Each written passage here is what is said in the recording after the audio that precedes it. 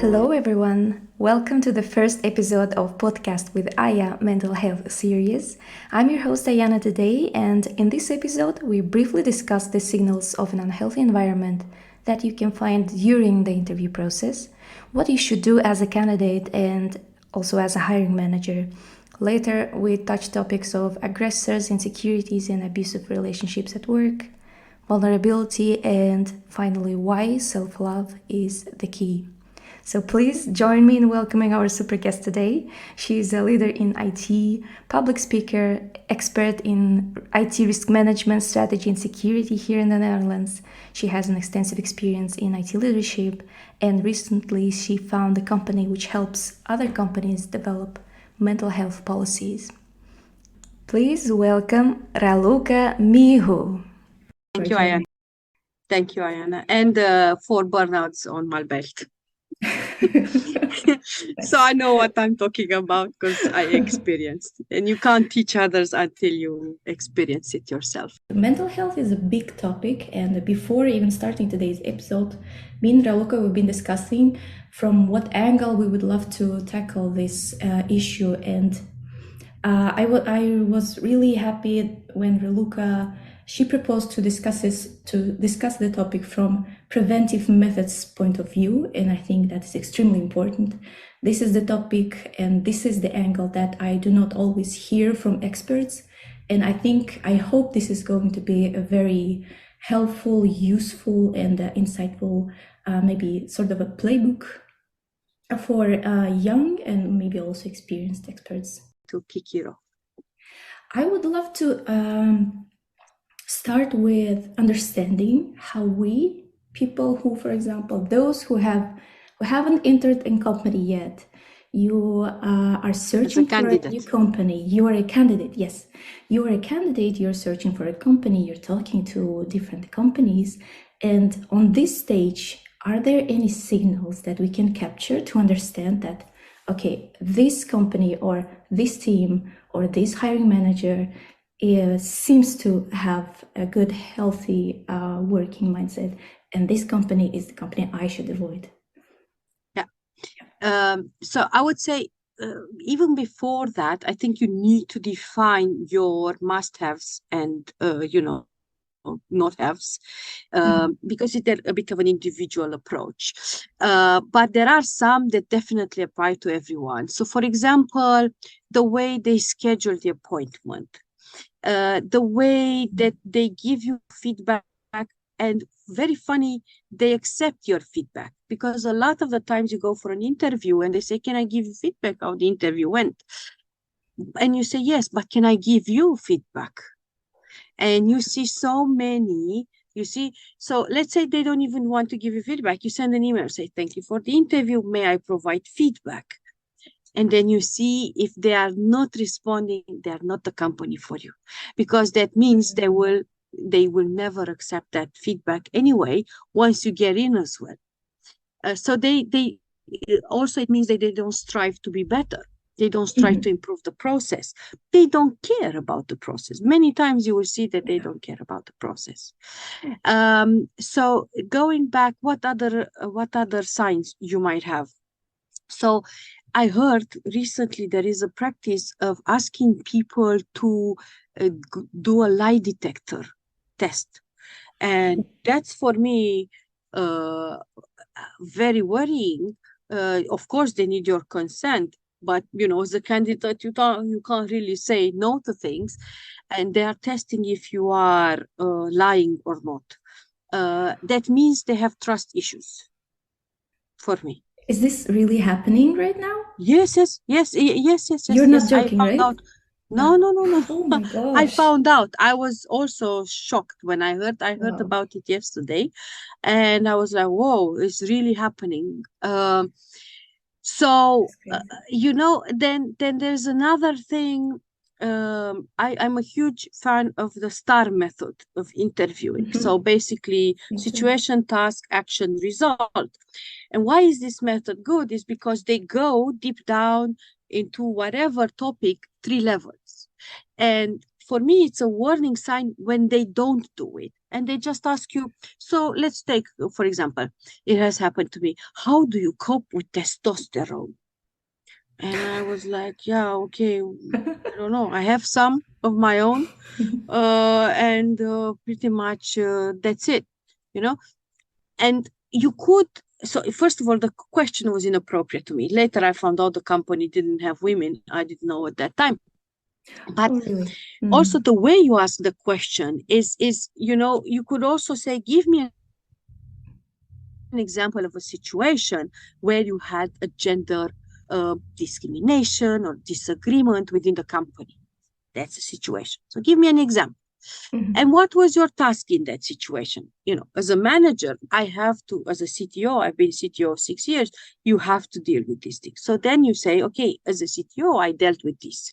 Or you can say, like in your case, as a data scientist, I faced this, right?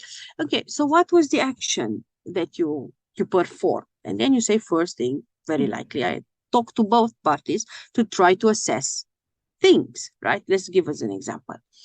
You would say, I went to the other party to share how I felt, how I was open, right? So just to give an example of how you can apply STAR and you can identify that they are using STAR, there is another variation, SOARA, SOARA, a variation of this as well, so they could apply that. And that's another warning. Why is this a warning? Because they want to get to know you. And that means you matter as a candidate. It's not about their checklist, it's about that. Then another worrying sign is, so the way Star Wars and the way Star promotes the interview is that you don't judge. You just collect the facts. So, so if they give you judgments, oh, I don't like that you've done this, oh, blah, blah, blah, then again, they're not the company for you because they're judging you. And, and very likely that judgment is a projection of their own insecurities in there. So that's another thing, in the interview process. Then the last point for me would be, I have a lot of questions in general as an individual. So the way I run the interviews, I ask a question or maybe two, then I say, would you like to ask a question? So maybe not in this, but if they leave 5 minutes to the end, they say, oh, ask us the questions. It means, again, either they have something to hide or they have something, they don't care about your questions because they are amazing and they don't need to justify that. I even had something one time. I had an interview with a big cloud provider and I had 30 minutes. The person was said on LinkedIn, oh, I'm doing an experiment. I want to interview as many people. Okay. And then he took 15 minutes of introduction. And then he said, you have 10 minutes because I want to finish in 25. You have 10 minutes to ask questions.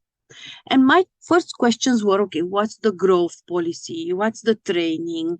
What are the working hours? What is the flexibility? Blah, blah, blah. And the conclusion at the end, he told me straight away, he said, oh yeah, so you're more of a people manager than technical manager. But for me, it was a wrong assessment. For me, it was first, I wanted to see, do you treat me and the others as people? Technology comes second. Technology you can learn. But respect, assertiveness, openness, those sort of trust, it's not something that easily. And I've been in IT 24 years now, maybe heading towards 25. And technology has changed significantly. When I started, there was no security. You didn't have to log in, right? You just open the computer and in. Now it's completely different game. So, but what remains constant is your approach towards people. Because if you ask me, people are your number one asset. And if in the recruitment process, you already treat them as a disposable good, then it's not the company for you, basically. Yeah. So the takeaway, for example, for companies here is invest for your hiring processes as much as possible to make it as comfortable as possible for your candidates to ensure you get the best candidates, right?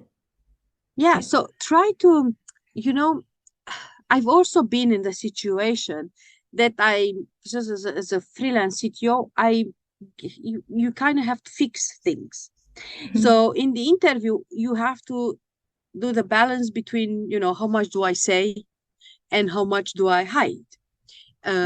So from my perspective, you have to be open because the person will not like it. And many times people also say, oh, I don't believe it's that bad. It's like, yeah, it is. But what you need to really show is that they will matter as an individual. So even though it's not yet technically ready, the company for them, you as a manager, as a CTO, as a whatever, you will create that healthy environment. And that's where you need to give that feedback. You need to be that honest and you need to ensure that is a healthy environment for people to work, to perform in and be happy. Yeah. So I think that the recruitment process, you see a lot of disconnect between even recruiters and HR. You see that a lot. Because the recruiter tells you something, but then when you start, the HR does something completely different. Yeah. So you see, so I think it's not organization needs to do their homework, but also we as candidates should not accept that. I have done stuff in my career, great companies. I said no, and people are like, you're crazy. You say no, yeah, because I have a standard, and they are not at that standard. Yeah. So I think another lesson is you see the warning signs, stop. And ask yourself, is this acceptable? Assuming that so there are managers, for example, they start gossiping during the interview process, their team. Okay, if they gossip with me, they will gossip about me when I become part of the team. Yes. So you need to start wondering, all these warning signs, do I want to be part of this? And yeah, sometimes you're desperate. So it's a little bit like shopping for food when you're hungry. You're going to buy a lot, right? So usually you should go after you ate. And it's the same with this. Try to go with a list, at least a checklist that you want, that minimum checklist that you want that company to tick. Because what you want is the warning signs to make your list of what is acceptable for you and what is not acceptable. If I understand, here the homework for candidates will be to define their own standards. Absolutely. What do you want? It's like, think about when you go shopping for a dress. Let's take it simple. You have to go to a wedding. What it should not be white because there's already somebody dressed in white or red in other cultures, and every culture has different colors. And it should not be the prettiest because you don't want to outshine the bride, right? And it should match your figure and stuff like that. Yeah, but it should make you happy and so. So it's the same when you go for a job. You should have a checklist of things you wanted to have and what should not have. Yeah. And then check that against it. And also another thing that it has happened to me many times is if you don't vibrate with that person who interviews you, because you say, oh, I don't vibrate, but maybe I won't work with that person. Maybe I'll be fine. I really invite you to stop and see, okay, what if I work with that person? What's the worst that can happen? Because I had, for example, an abusive manager for 4 years and something. He came in after I was in the job, and 4 years I found excuses, the burnouts I mentioned, but there were burnouts where I went to work. There were not burnouts where I stayed home. And it was all because I would always find excuses for that person. I was always in denial of how this was hurting my being. Yeah. So it's the same. If you feel you're not vibrating with the person, then move on, if you ask me, with the mind that I have now. It's not easy, exactly. And if a door closes, just there's another door open for you. Completely agree. There is. Yeah. I remember every time, for example, I start working with a new company or new people, most of the times from first minutes how the whole work is going to go with that person. From the very first minutes, there is a great book. There is a great book. It's called Blink, The Power of Thinking Without Blinking. It's written about 16, 17 years ago, and it's a lot of scientific research about how in the first 10 seconds we make an opinion, and we should trust our opinion. Yeah. It's a great book. I highly recommend it. Blink. Something about the intuition, right? Yeah, we all have that intuition. Yeah, exactly. Correct. Do you want me to give you an easy exercise to train your intuition in a fun way?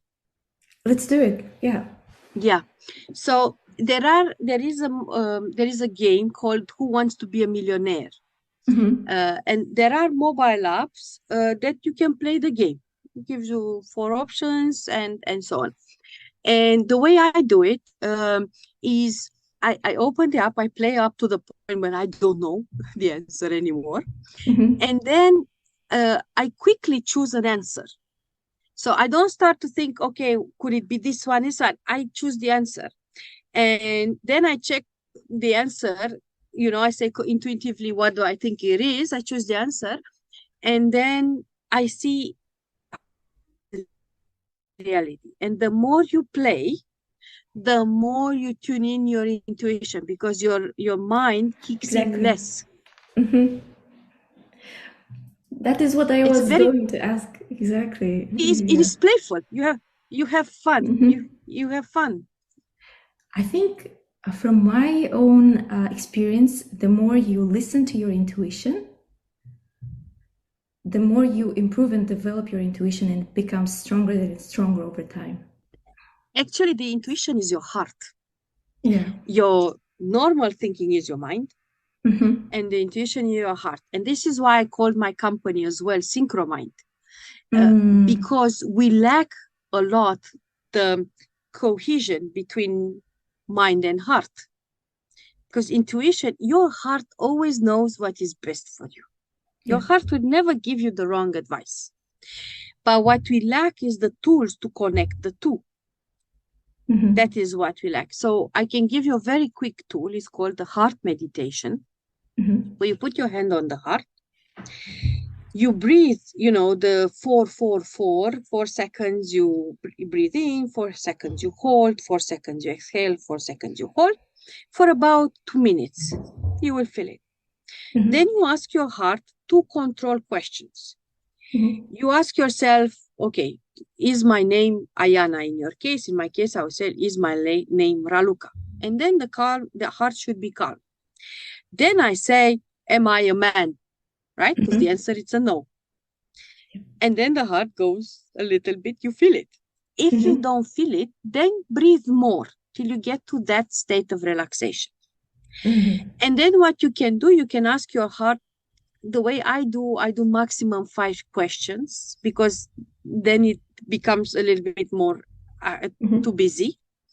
And I can't feel the signs, but I kind of have a binary tree kind of done. You would understand because you're technical. So I ask this question. If it says yes, I ask this question. If it says no, I ask this question.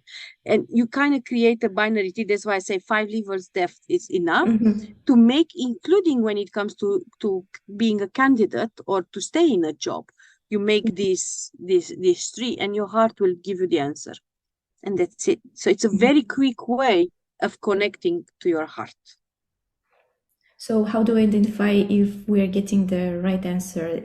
Should be heart beating strong, or should No, it be the relaxed? opposite. Should be relaxed. So the Yeah. And relaxed try to, means the right answer.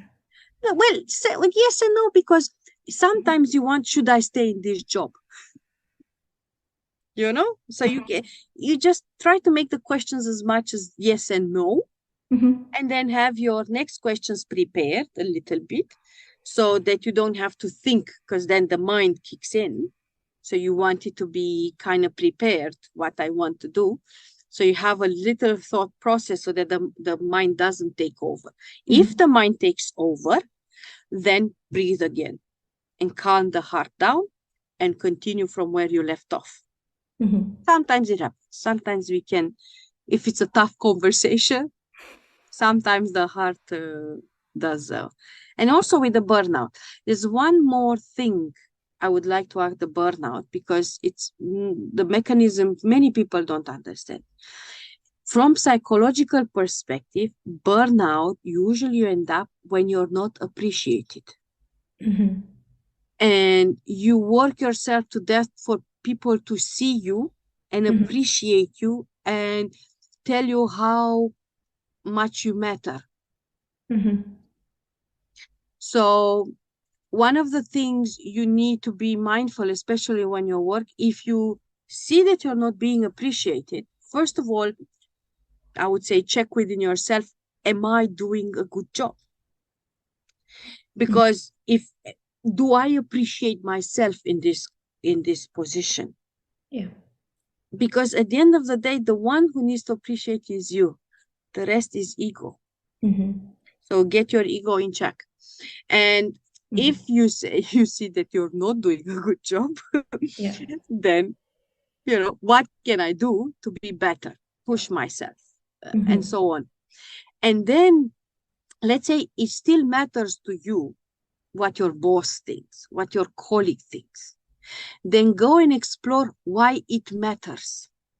Many times it's criticism from your past, from either a teacher or a parent, where their acceptance, their confirmation matters to you. And this also comes from our educational system, because we get grades. Yes. Right? And the grades are a measurement of performance, of success. But they are not. In our culture, grades are even published. Like everybody knows the grades. Yeah. And the sad thing is the education system, if you go at universities, it's still done like that. Yeah. It's still based on grades. And companies are still looking at grades. Many companies, especially in certain countries, they still look. So you get used to being evaluated from an external source. So one of the things I worked first is I have 3 questions at the end of my working day. Did I bring value today? Am I happy? And did I maintain my integrity? Because especially as a CTO, sometimes you're being asked to do things that are not for your being, good for your being. And I say, no, if I have to do such things, majority of the times I go, because I don't want to fire people without reason or stuff like that, right? So we go back to this, and it's about yourself. You're your only critic and your only appreciation. The moment you do that switch, you won't need external validation. Life is going to be so much easier. So much easier. Yeah. And you're going to be so much happier, and you're going to achieve so much more. Because people ask me a lot, oh, how come you do a lot of things? Because I don't spend my time in all of this. I actually live. Yeah. But still, for example, if you are a candidate, let's say you're not an experienced professional yet, you're a very young professional, and I think that appreciation, self-worth type of thing is very shaky. It's fluid, especially at the beginning of your career. And what are the advices for that candidate to shape yourself to shape your self-worth and move forward and I find would I the would right. I would go and say, look, I have these needs. So I think it's very important to be authentic. If this is what you need, go and express that to your manager, to your colleagues. Where I am right now, I'm a freelancer at SML, and some of my colleagues send, there is a tool, give me feedback. Points like, what do you think are my strengths? What can I improve? And I always give honest feedback, Yeah. I really think you need to work more of that. You have amazing this, so you can always ask people for feedback in an authentic way. Look, I want to grow. I'm early in my career, and that's actually recommended. I'm early in my career. I want to get, and also another thing you need to be mindful, what you admire in others is what you want to grow in yourself. So be mindful of that and look, okay, who do I want to be like? This person. Okay, what do I admire in them? This. Okay, how is this in me? What do I need to do to get to that level? Make a plan how to get to that level. Yeah. Sounds great. So to recap, the story about a candidate finding the right company and the right environment is first defining your own standards, right? So that can be Yep. anything in between the openness of company to feedback also from the candidates and the way they provide feedback, right? Their transparency, Yep. are they Correct. ready to answer your questions? The Yep. third thing that candidates might look in companies, I think, is the way they ask questions from candidates and the way they try to know the candidate. So I think we have at least covered these three topics, and the fourth one was the appreciation part, right? Yeah. Yeah. I think Appreciation we need to discuss more when you're an employee. So let's put a pin in it and let's discuss it a little bit later because it is very important, but it should be genuine. Yeah, sounds good. I think we've covered this topic nicely. Let me change my microphone because I'm feeling this is a new one. I think because with old one it felt like we're sitting in different rooms, and now it might feel a little more natural for me. How does it feel now? You're using the one on your clothes or the one in front? Now I'm on this microphone, this one. Yeah, because when you move, it touches the clothes and does a little bit. Oh, really? This microphone. Yeah. Yeah, Okay, that's why I okay. I asked will which try to one it is. not. I will try to Yeah. not move too much then. Yeah, that's okay now. It's okay. Good, good, perfect. Now we're moving on to the second topic, to the second segment of the discussion is when you are already working in the company, you're not a candidate, you already have a job, you have your team, you have a manager, there's some internal policies and strategies already in the company where you're working on. And what should you do if you feel like something is going wrong, basically, right?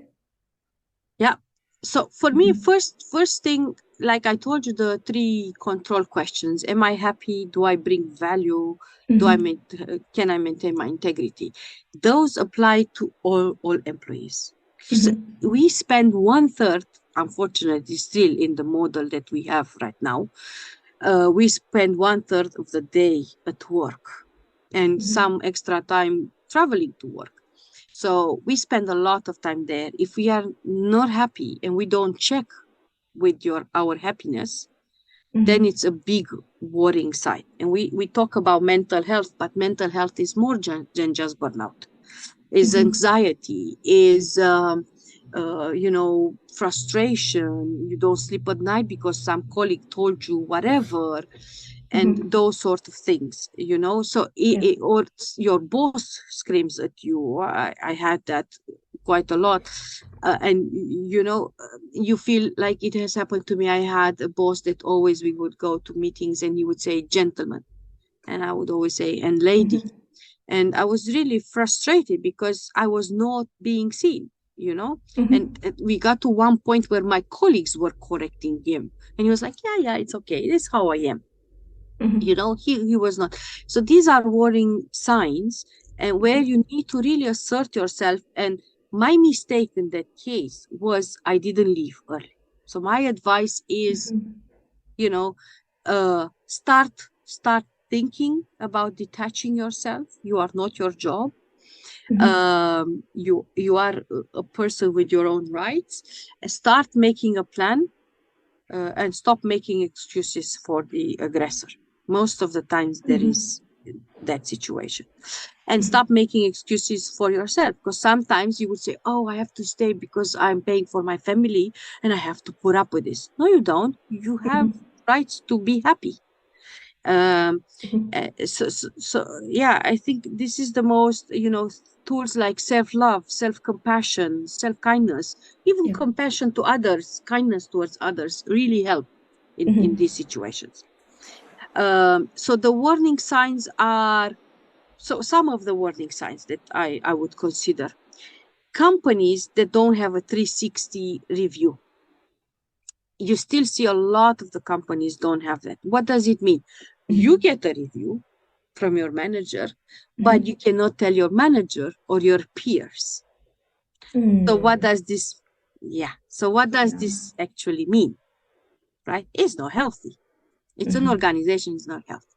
Then another thing, for example, in Synchromind, it was one of our first priorities to have is a mental health policy. During the interview process, you can also ask, do you have a mental health policy? What is your or well-being policy? Some call it this. You have this chief happiness officer now. Thank God, many companies have. Wow. This is amazing. So there is chief happiness officer, but the chief happiness officer needs to have a policy, a happiness policy, a well-being policy, again, a mental health policy, something should be there. Yeah. And even if after you start and you see these companies don't have that, then you really need to start paying attention to the signs, because it means that your mental health is not important if they don't make it a priority. This is more like an external signs that we see in the in others, right? Like I have been put in many places where people complain a lot, and we say, oh, it's a toxic environment, everybody complains. But then you go and you ask the people, what did you try to do? And then you see, they will say, because there are, and you say, are there any tools that the company has for you to report this? Because it might not be their fault. They really might not be heard. So that is where you need, but even if, let's say, the company has the tools and people are not using it, you still need to ask yourself, do I want to be in that environment with these people who don't really, they like to complain a lot, but not to fix it. There are such people. So you have to ask yourself, so you kind of have to have a list as well. We spoke about the checklist as a candidate. You have a checklist as how do I want to be at work, Then another thing that is, from my perspective, very important for mental health is your personal development. And if the company doesn't have a strategy for a personal development, or they have it on paper, but they don't apply it, that's another worrying sign. Why? Because you might not be happy. If you're not growing, your being, especially your heart, at some point will say, you're wasting your time. And if you are not yet, you don't have the brain-heart cohesion, and you're not listening to that, you don't have these checkpoints, am I happy, am I this, am I that, then your body will start somatizing. And burnout can be one of the ways you somatize. You're tired, you lack motivation. Why? Because you're not growing. If, let's say, you're a child and you want to play, you do this, right? But your parents hold you like this, your parent, then you can't move, right? Yeah. It's exactly the same in a work environment. Mm-hmm. If you can't express yourself free, you can't be creative, you're constantly being criticized, lack of appreciation, Mm-hmm. then you're not going to grow, and your mental health will be severely impacted and can be even worse. You can become, it can become a certain anxiety, can become even deeper mental health problems. Mm-hmm. The employers may not have any growth plan for their employees, but Yeah, at the same time they might ignore the idea of letting these people grow. Maybe some employees will make their own proactive like steps into growth, yeah, and they might ignore it, or either, as you said, they just put their hands on yeah, their back, say, hey, I need you to do yeah, only this type of job, I hired you yeah, only for this type of work, you better do yeah. this. Yeah. Yes, Yeah. yes.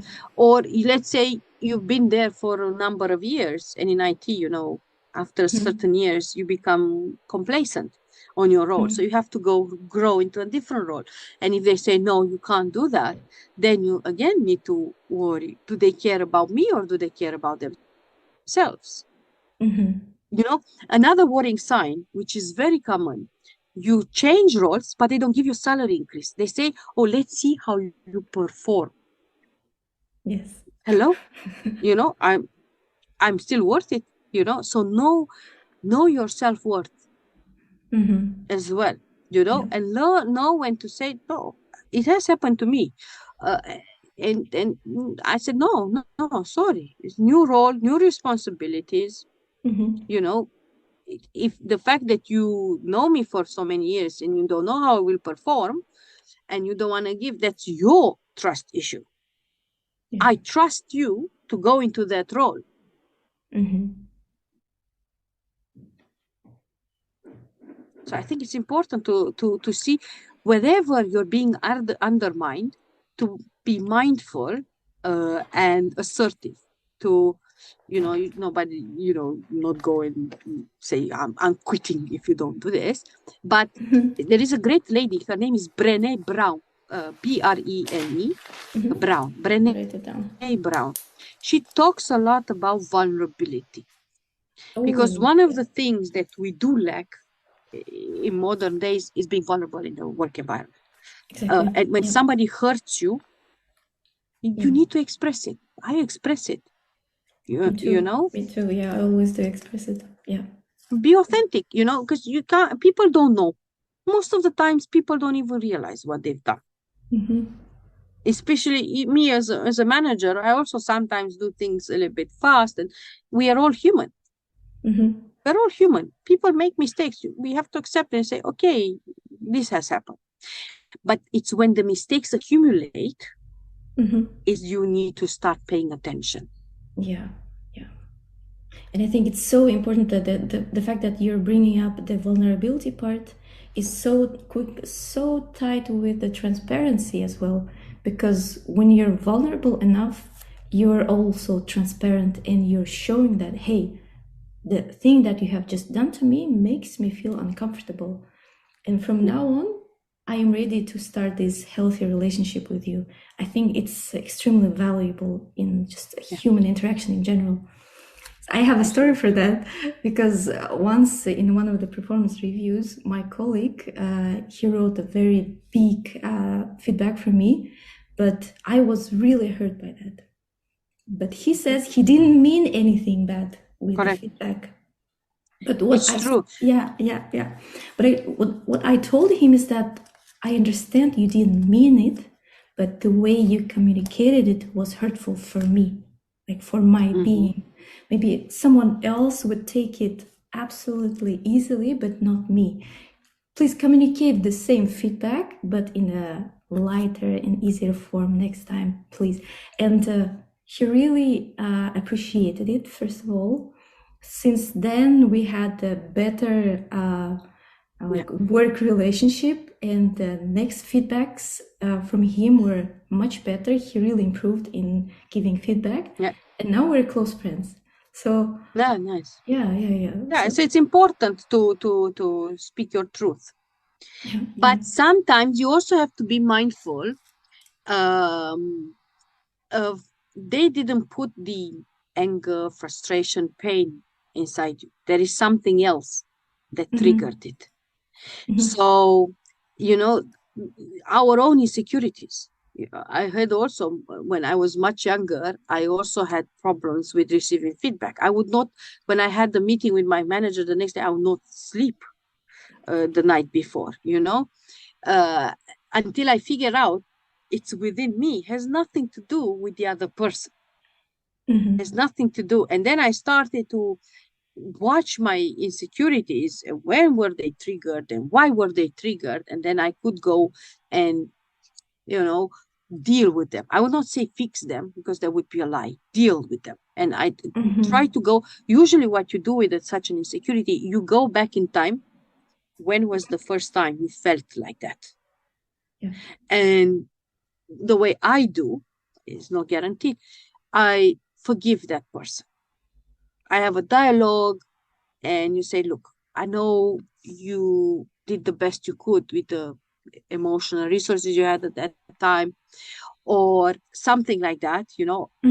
I get it, but it's time for me to move on. You were wrong. It's time for me to move on. So, for example, I'll give you a very simple example. I was being told when I was a child that I have a terrible voice to sing. Oh my God. Trust me, I whisper. And in my music teachers, because in Romania, where I'm from, we had music teacher. Music was a subject in school, and she said, "Oh, horrible voice! You should never sing." And then when I started to sing mantras, everybody said, "Whoa, what a beautiful voice you have!" And I was like, "No, no, no, I don't have a beautiful voice. My teacher told me I don't have a beautiful voice, but I thank you for the compliment." And they would say, "Why are you so insecure? You have a beautiful voice." And I was like, "Yeah, okay, sure, no problem." But then, quite a few people told me, because I was always singing mantras very low voice so that people don't hear me. I have a shit voice, but you still need to sing the mantras, because otherwise your being doesn't, um, um, take it. So I was always, and they were like, "Why are you singing so low? Sing it low and with power." Discreet, no problem. So this is and then as more people said, then I started to listen to my voice. I was like, it's not that bad. It's not great. I'm not a famous opera singer, but it's not that bad. So I got the confidence to do more. But if I wouldn't go back to the time when she said that, and I understand, yes, of course, I was not a famous opera singer. I was not that bad either. Yeah. So is the point. We get such beliefs like you're a poor programmer. Or like I've seen it so many times. People say, "Move over. I will correct this for you." Right? Bam! It blocks you. Yeah. It blocks you, right? But we do it in an unconscious way. Majority of us do it in an unconscious way because we don't know how to express ourselves and our needs of that code. So we say, "I might as well correct it, and that's it." But we don't realize, and I make this mistake many times. I try to not do it, but you do it in an unconscious way. The more you pay attention, the more you realize that you're hurting someone, and you've been hurt. So this is the point. And then insecurity comes in, and then burnout comes in at the end, because if you do this all the time to someone, Yeah. it has happened to me one time. Very interesting thing, because I'm a contractor. Most of my life I've been a contractor. I was finishing a contract with a company. I had a month and a half. And I wanted to be part of a certain meeting. And the manager said, "No, finish your tasks," even though I was 1 month and a half. I was way ahead of schedule. "Finish your tasks, because you're going to end for this company. You can't contribute." It was a yearly plan kind of thing. I said, "But I feel I can contribute." I said, No, you don't have to."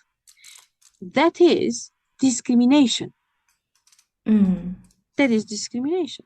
So I went to the person and I said, "This is discrimination. You cannot do that to another human being, especially if that human being is telling you they can contribute. Yeah. It's a few hours. I'm okay if you don't want to pay me, but I still want to help this company. It's not good what you're doing to my being. Just because my contract is not being renewed, it's finishing, it doesn't mean I have less value. Yes. I have the same value, maybe even more. So how did they I think respond? and the person apologized, and it was fine. But you have to stand up for your truth. Yeah. And especially for me, again, as a contractor, you go in and you deliver value. And this is why I like being a contractor. For me, because I can go and it's very palpable value. But it's me, it helps a lot with my mental health. Yeah. So, quickly recapping what we've discussed about the signs in a company that might help you understand the inner culture, the health of the company is, first of all, do they have any well-being policies, right? Do they Any have, policies, yeah. Do they people have policies, yeah. people policies? Do they have also maybe growth-related policies and growth opportunities? Do they provide growth opportunities to their employees? And budget. And budget. And budget. Exactly. Budget is important. Yeah. And the third one, I think the important one is how do they deal with feedback from the employees, right? Do they give any opportunities to share feedback from their employees, and how do they deal with the feedback from employees? I think that's pretty important. And we said when we were discussing in our first section about appreciation, we said we'll discuss more about it in this section. Very good. Yes, thank you. So I think there is a writer, his name is Aubrey Daniels, Aubrey Daniels, he's an American, who talks a lot about appreciation at work, bringing out the best in people. So I recommend this book and a few other books. He talks a lot about appreciation. Appreciation should be justified and should be as much as close to the event, not in an evaluation 3 months later, 6 months later, yearly evaluation.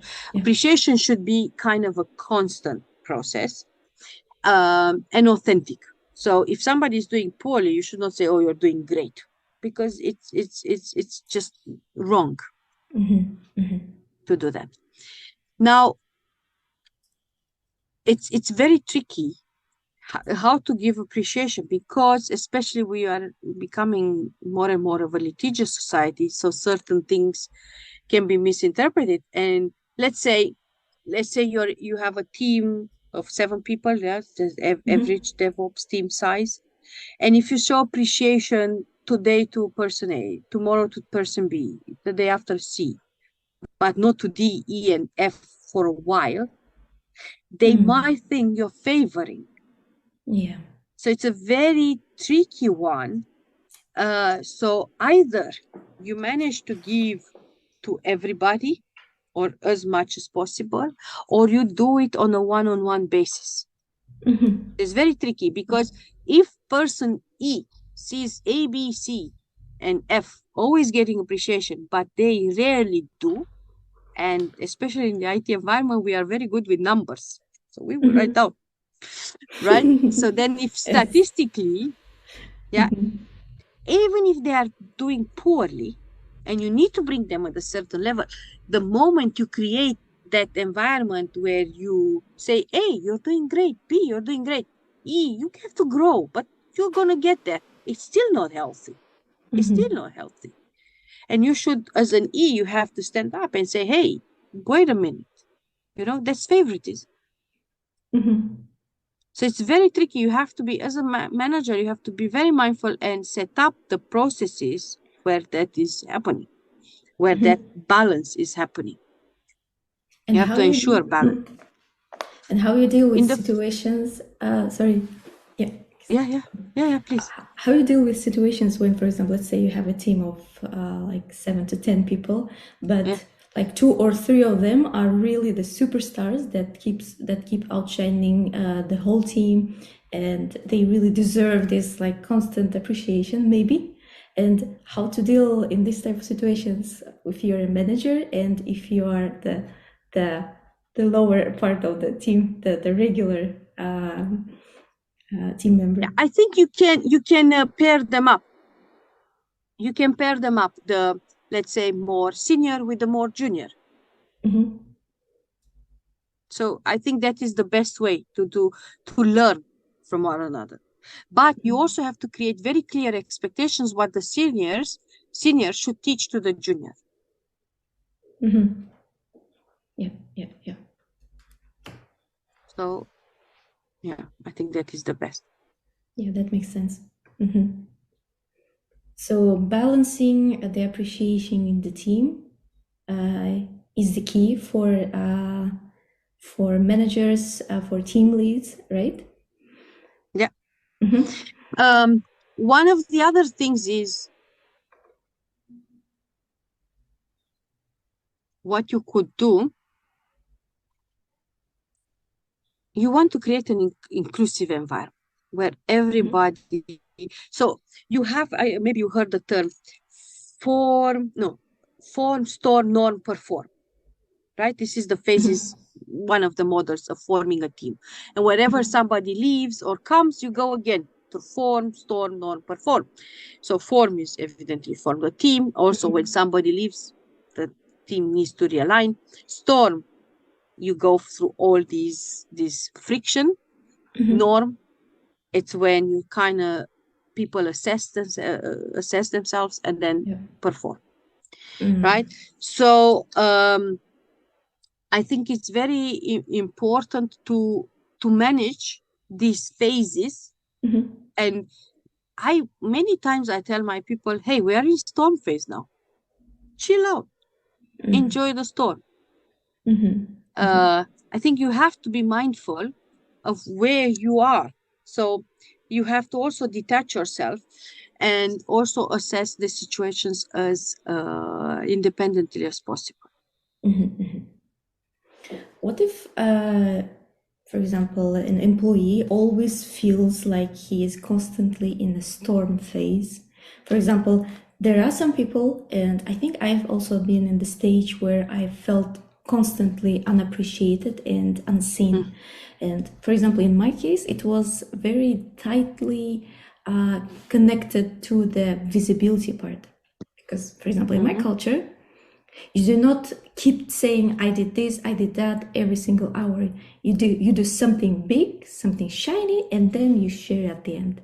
And that is the biggest mind tweaks that I had to make, and the things that I had to really fight with is to keep constantly sharing your work in order to get visibility. And at least according to me, with visibility you open opportunity for appreciation, right? Yes and no. Because sometimes people are really not capable of showing their appreciation. And you expect them to do something that they are not capable. There are people not capable of doing that. So what do you do? What do you do? So again, we go back. You show yourself the appreciation. Then you need to look, why do I have that need of appreciation? Then you look at the processes that are in the company that you can make usage. So sometimes there is a speak up process. Sometimes there is a demo process, retrospective. You can use the retrospectives for that. To go and share. Look, I feel, because you might not be alone. There might be others in the team with that manager that are going through the same experience. 100%. But until you don't speak up, and you should not, for me, okay, let's go differently. I personally I'm not a huge fan of gossip. So I prefer to do this in that, without blame, but in those, there are certain checkpoints that you can use. I would also look at expectation management. If for you, being appreciated is important, you should communicate that to your manager. Because it's an expectation that you have. I want to be evaluated. I want you to give me feedback every 2 weeks. I want to have a one-on-one every 2 weeks where you give me that feedback. And you kind of teach him or her to give you that feedback. Because if that's what you need to grow. So many times it's like in marriage, we think the partner will know what we think, what we want, but many times you have to demand it. You have to say, I want to spend time doing this. I want to do less of this. We have to demand it. And it's the same at work. People cannot guess what our needs are. Yeah. So it Yeah. should So first be, you think, okay. Yeah, please. So what you say is your needs need to be openly, honestly communicated all the time. Correct. Yeah. Correct. Especially you check with your heart, ego, heart, right? So you need to check, is this a need for me to grow, or is it a need of my ego to always be tickled? So you have to figure it out. Where does it come from? So for me, it's I don't need it. But there are people who need it, especially when you're early in your career, you need it. You need a lot of validation. Yes. Yeah. It's true. But yeah, so you need to identify that need and made it very clear. Validation, you can call it validation, or you can call it progress review. You can call it in many ways. Especially identify why you need it. Yeah. You want to learn more. You want to know which direction to grow. You need to figure out the why. Yeah. And be honest with yourself. Do you only want appreciation and good feedback, or you really want some honest feedback, so that something that will help you grow from there on, right? Yeah. It's like when you speak a foreign language. Many people are afraid to ask for feedback, and many speakers, so like Dutch people I know, they will not correct my Dutch because they say, oh, we are afraid you might not like it. I said, no, go for it. Be brutal. I can take it. It's not a problem. But there are people, especially when I started to learn Dutch, I was more shy. And I would take the criticism, oh, my Dutch is not that good, right? So it's the same. You have to know what, and then I was not open to feedback. Now I am open, same with English. So you have to also know what are your limits of that feedback. You have to define them. Because if you tell people, give me feedback, and then you're not ready for it, it might hurt you. Yeah. Because you're looking for validation, but when the invalidation comes, your being is not ready. So you have to be very careful what you want. Yeah. And I think my next question is very connected to this. Is when we seek for this acceptance, validation, and appreciation, and in times when we feel we do not get enough of appreciation, what are the ways to understand that it is not them, but us? Again, for me, I would go back to the moment, the emotion, and the moment when I felt that time. And I would look, is it something about me, or is it something somebody else did? So to give you an example, I heard so many times women have nothing to do in IT.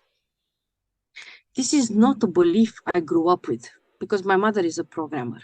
I grew up in a female-dominated IT environment. I was very lucky. So for me, that is rather normality. And then I moved here to the West, and I was like, why are women doing this? Why this, why that? And then I started to look, okay, whose beliefs are these anyway? There's so many beliefs coming our way. You cannot do this. You cannot learn that. This is more for the brain of a man. The number of times, brain of a man. How is your, I mean, I know it can be different, but not when it comes to learning and such nuances, you know? And I'm like, no, I'm sorry. I disagree with that. So it's a lot of the times you have to be mindful when people tell you things.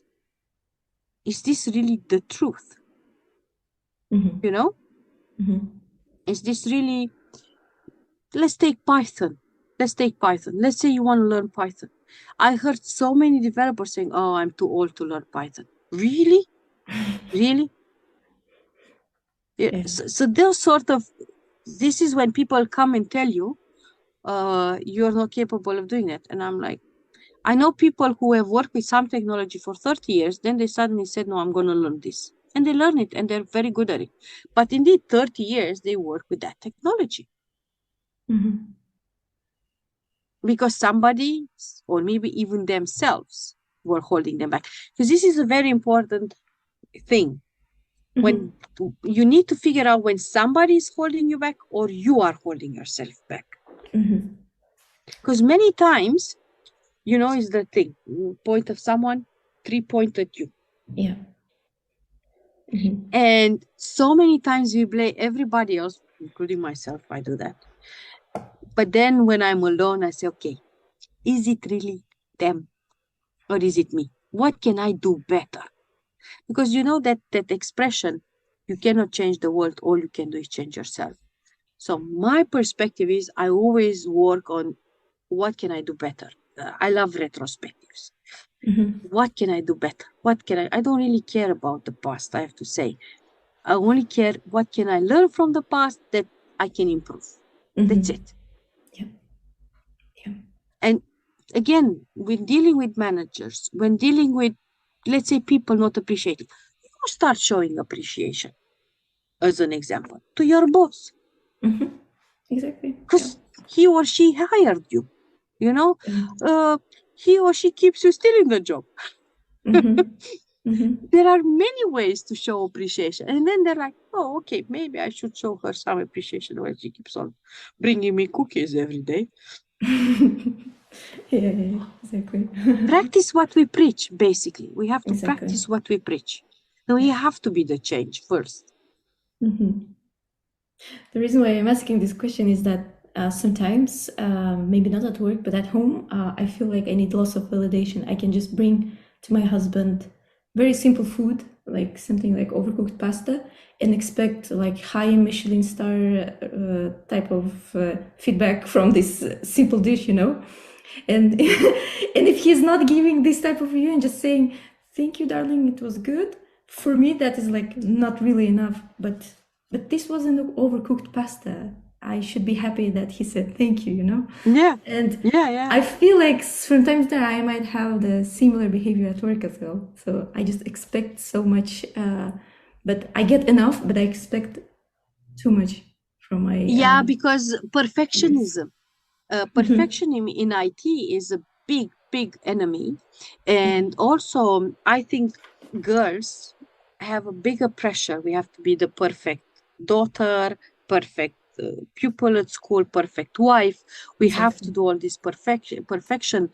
And whenever we do something imperfect and somebody says, hey, you've done something perfect, you know, you react because we have been conditioned by education system, by family. We have to be perfect. And the way I have a phrase which is, I'm perfect in my imperfections. Yes. You know, and whenever I do a mistake, you know, I say I mess things up. Actually, I use them more, but we cannot do the beeping here, you know. And I'm like, I'm okay. I mess things up. I apologize, but with myself, I say, okay, you made a mistake. You're human. Move on. Yeah. And what can I do better next time? At the end of the day, I'm sure you will do pasta 100 more fights. Yeah, exactly. With You know? varying degrees of messing up or perfection as well. Correct. Correct. Yeah, And we yeah, just have to exactly. accept that life is full of happy and imperfect moments. Hmm. Maybe that's the Yeah, yeah. Thank you so much for this. And the next question that I had is whenever we look at our internal health in the team or company that we're working on, that we're working in, and we want to start working on improving the health, for example, as you said, speaking up, communicating your needs, communicating your insecurities, vulnerabilities. But what if a candidate or the employee is not heard or is not given opportunities to speak up? What should candidate do if they feel like they want to stay, they want to ignore the problems, they want to ignore the aggressors in the company? yeah. So Jean-Paul Sartre said, you always have a choice. And then somebody said, yeah, but when you go to the war, you don't have a choice. And he said, yes, you do. You either kill others or be killed. So you have to stop. I keep on saying stop because it's my favorite mindfulness exercise. You have to stop and ask yourself, what do you want to do? Do you want to stay there and fight? And then we go to the Don Quixote who was fighting the windmills, challenge, or you walk away. And you see a lot. It has happened to me when I told you I had the burnouts and the company, I could not stop working because they needed me. But they gave me a coach, an amazing coach that I'm still in contact. It's almost 9 years, still in contact today. And he told me, you need to go when he heard what I was experiencing. And I said, look, I don't want to go because I start the growth from zero. I want to learn to cope with this. Then I will go.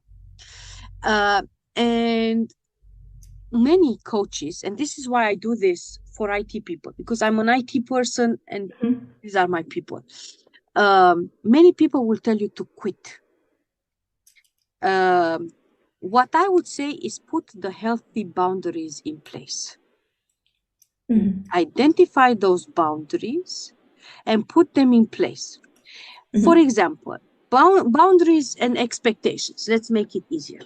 Yeah. I expect this, and that from you as a company, and I will not do this, and that. Right? Because both can hurt you. And I would say speak up. Even with there are ways of speaking up in a diplomatic way. So learn the skill of diplomacy, but there are ways to speak up and seek your truth, speak your truth. It's plural because there's not only one truth, there are multiple truths. Yeah, so this is from my perspective, do that. How, if you want, I can go into exercises of how you can do that. Yes, sure, let's do it. Yeah. Okay, so personally, I would look at that company to see what they have in place and what they don't have in place. And many times they don't even think about this sort of things. So I would use either retrospectives, I would use either HR channels to raise the problem. So first, you have to give people the benefit of the doubt. Then I would start putting things in writing, but with facts. Facts. This has happened. So start counting. Start in this meeting. Another thing that in many companies is not being done is meeting minutes and action points. I in my career, I went to so many meetings without action points and meeting notes. And what do these lead into? Frustration and all of these. If you express it and you say, look, I wrote the meeting notes and the action points for you guys because nobody was doing. And by the way, I would like us to all do this from next times. Let's take turns. Let's find a way for all to do it because this is a healthy way. So I identify the things that don't make you happy. Yeah. Yeah. You know, another thing, for example, in my company, Synchromind, what we do, we meditate before every meeting. At the beginning of the meeting, it's a very quick, we try different meditations. Some work, some don't work, but at least you don't jump into the meeting with the mind from the previous meeting. There's a switch. And you need to create that break. I mean, you know, I try also, we finish the meetings 5 minutes before, but still you get up, you move. That's not really bringing yourself being present. Spend 2-3 minutes at the beginning of the meeting to bring, what are we here? It's simple to just sit, eyes open, eyes closed, and say, what are we here to do today? What's on the agenda? What do we want to at the end of the meeting to have achieved? Do we all have this in mind? You know, you can also say, what's the intention? What's the input? What's the output? The questions, you know, that really doesn't matter. It's the same meaning. But starting the question, you can also use the Simon Sinek, the why, what, how, right? So you can also use those questions. Yeah. Why, how, what? I think that's the order. So you meditate and you just say, very nice, but let's come back to the present moment. Let's see what we are here to do, blah, blah, blah. And it's the same in those meetings. Things digress. Observe it and just bring it back with kindness towards your colleagues, because some colleagues like to take it the wrong way because they don't want to do that task or whatever excuse they have, and bring it. One other thing that so the Enneagram is a great tool for identifying ego patterns. The Enneagram consists of 9 ego patterns. 3 are image types, 3 are mind types, 3 are body types. The image types want love, to receive love especially. The mind types are driven by their need to learn. So, and the fears of the mind, so they are mind types. And then the body types are all about control. They want to be in control and they refuse being controlled most of the time. Now, if you go on the EnneagramInstitute.com, I think that's the URL, you can identify the ego types, and then you go and you see the levels. There are 3 healthy levels, 3 warning levels, and 3 worrying levels. And you can identify for your colleagues the pattern of behavior, and then you know where they are and what you need to do to address it. That's another tool. I kind of call it like the code. You know, you have very clear guidelines, and you know, okay, I can do this or I can do that. Nice. So it's I will give you the URL. You can put it in the description. Sounds good. Yep. Of the event.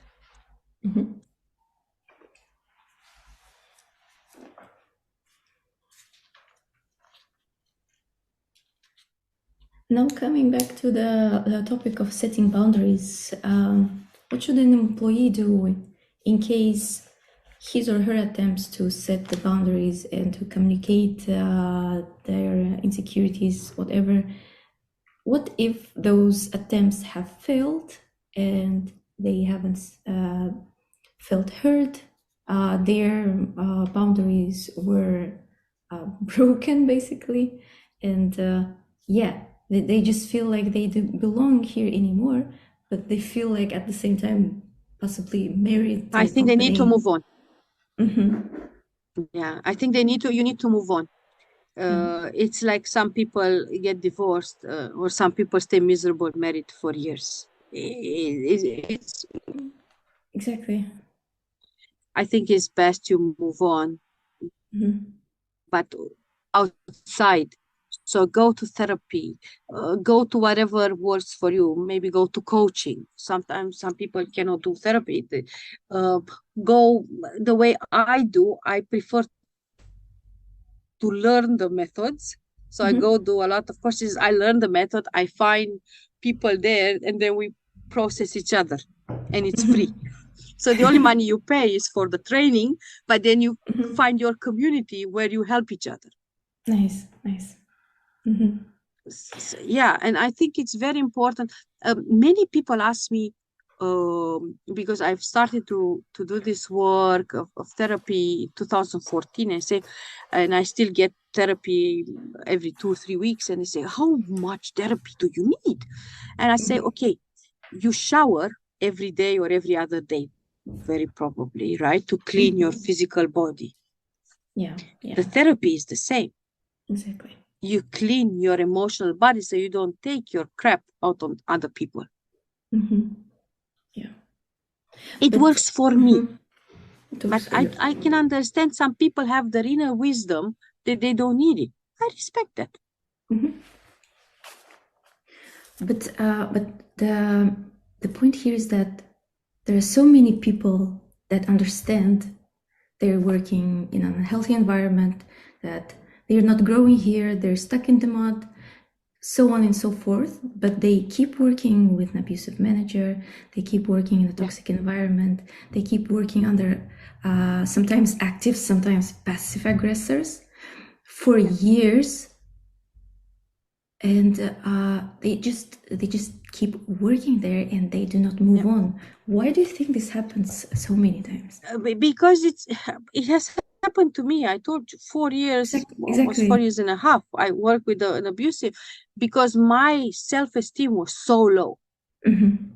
And I really had, so from the moment I got the coach to the moment I left, it took me a year and a half to rebuild my self-esteem. It took me a year and a half. It's possible, it's doable. Maybe if I used other methods, there's always, and it takes a while. Also, the market. Also, I'm a foreigner in a country, so I'm a, let's say, expat, immigrant, whatever word you want to use. And there's other insecurities coming from that, and it takes time. And that's why self-compassion, self-love, self-appreciation, you keep on doing what you're doing. It helps, it matters. And I think the most important is to write to yourself, I am enough. Either on a piece of paper you take out from your pocket throughout the day, or even on the window in the bathroom at your home, you can write it on that. So when you wake up, first thing you see it. When you go to bed, last thing you see it. To do the practices, to remind yourself that you do matter, because majority of the time it's mostly emotional abuse, and that takes time. Takes time to get rid of it and become who you truly are. But I want to talk about something else. You witness this in your colleague. And majority of the people don't do anything. Yes. And it's terrible. You see that and you don't care. And I think this is why I started to do this, because I was seeing, I mentor a lot of people, and I help them, and people say, why do you, and I do it for free. And I say, why? Because this is how you make the world a better place. Exactly. I just, in last month, I spoke to 2 people who had similar issues. They both worked in very big top tech companies. They have both experienced very like culture or ethnicity related comments and some aggressive, some aggressive behavior from their managers. Their senior colleagues have seen this several times, but they have never done anything. And that also was one of the signals for those 2 people to move on and not stay in the company, because this is really unhealthy environment if your colleagues also are not speaking up. I understand. I also like Ho'oponopono. It's a Hawaiian prayer technique, when you say, so you pray for the person, you say 4 things. The order is what you choose. So you say either I forgive you, forgive me, I love you, thank you. and you repeat these in the order you see it's fit for that situation. I've done it for many managers to let go. It's the important, once you moved on to the new job, in the new job, you need to go with as little baggage as possible from the previous. Work your baggage out before you start a new relationship. But with work, it's harder because we can't stay years single. Right? Yeah. We can't stay years unemployed. So we have to Yes. do it different. So for me, Ho'oponopono works in these situations. So you do a lot of Ho'oponopono. I don't know, take 10 minutes a day, especially if you're at the beginning, where you take that time and you do it. By the way, YouTube is full of Ho'oponopono videos. If you don't know how to do it, you can learn it there. But important is to let go of that abuse, especially. Yeah. And the moment you can also insert phrases if you want. You say, I'm enough, I'm good enough, I am lovable. Those sort of beliefs, plant them so that in that new challenge, because every job is a challenge, it has to be a challenge to grow. You don't face that, you go to the next level. Yeah, sounds good. And one other thing that I would say, I just came to me, I apologize. Whenever I'm in a job, I always ask myself, I used to ask myself, what is my lesson to learn here? What is my lesson to learn here? What is my lesson? But sometimes we are there to teach a lesson. Sometimes, not that often, but sometimes if you don't see the lesson, because it has happened to me, then you say, okay, maybe I'm supposed to teach a lesson. Maybe you're the teacher. Even juniors. Correct. Yeah. Correct. Yeah. So it's both ways. It's both ways. Very important. Sounds good. And so basically for takeaway for those people who feel stuck in the company, who feel insecure in the company but are preferring to stay, is to work on their self-esteem, self-worth, increase their self-worth, understand that they can be valued much better in the other place, their expertise can be utilized in the other place in the much healthier environment. And yeah, that is exactly what has been happening to me as well, because I've worked under like extremely passive aggressive for 3 years. Yeah, and learn to compromise. Yeah. Yeah, learn to compromise, because many times you stay in a job, you say, oh, I won't be paid that well. But the thing is, you will need to think, do I want to be happy, fulfilled, authentic, or do I want to make money? And if you choose the money, then be happy with your choice. Yeah. That's a good point. That's the key. Thank you. And coming up to your own project at your own company, I think you've mentioned that you're working on your internal well-being policies, your own programs. Is there anything you'd like to share with the audience? Yeah, you can find our policies on synchromind.eu. People first. We have we have mental health policy. We have a code of behavior and ethics.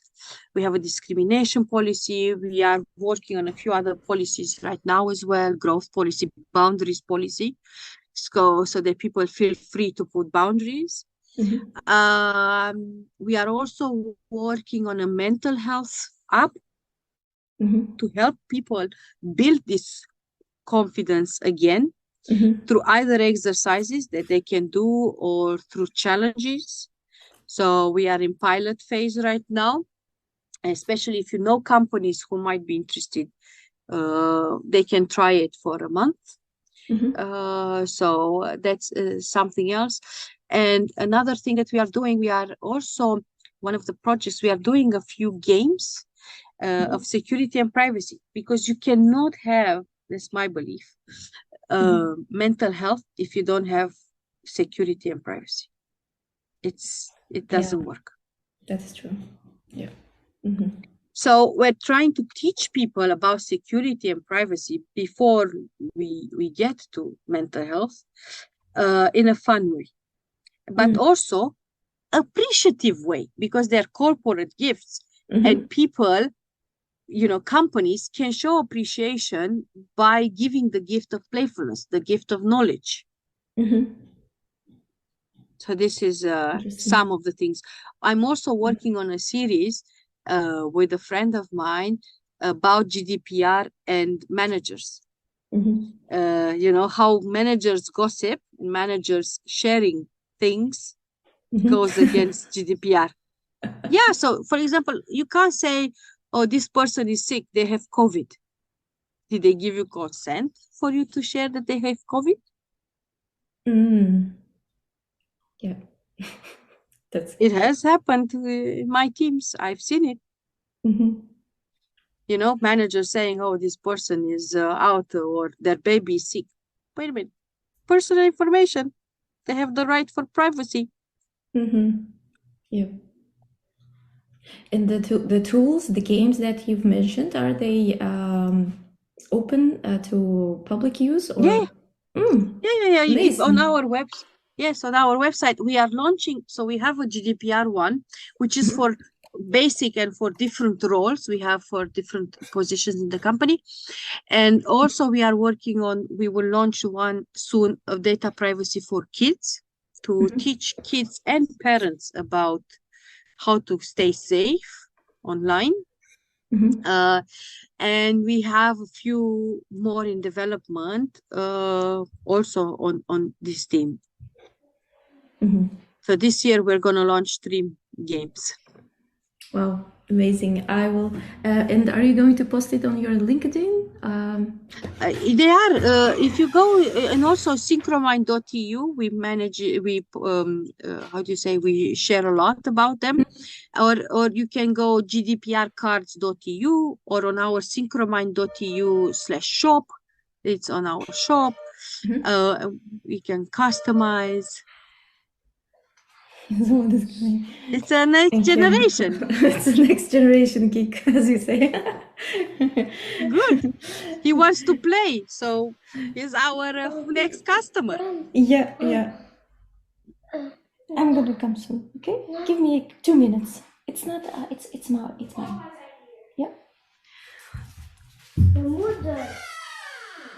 So I can give our listeners your LinkedIn page, and LinkedIn, they can, or in synchromind.eu. Synchromind.eu, and people can reach out, and yeah.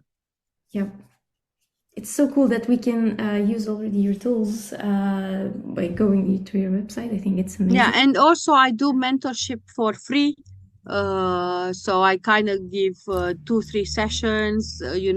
First I try to understand what you want to learn within IT. Then second session I give some possible paths with courses, and then the third session we meet and discuss what else you can do to go further. And so far I help many people with this model. So if anybody needs help, I'm there for them. For those who still listening, Raluca is the person who helped me to overcome my own insecurities when I came to the Netherlands as a woman with 3 years of maternity leave. That was an extremely difficult time for me, because I thought I'm gonna possibly never land a job in IT, and I'm gonna just go and be a barista or whoever. Maybe working in a haircut. I was like, it's still a job, it's still fine. But then, magically I met Raluca in one of the Women in Tech meetings, and since then my life has changed dramatically. I think it took 2 or 3 sessions. No, I think It's it was enough. 2 or 3 test sessions, and it was enough for me to understand that I am really good enough. Yeah. And you landed a great job as well, huh? Yeah. all on your own. I remember you were making the right choices. I'm very proud of you. It's because you I gave me remember. the right advices.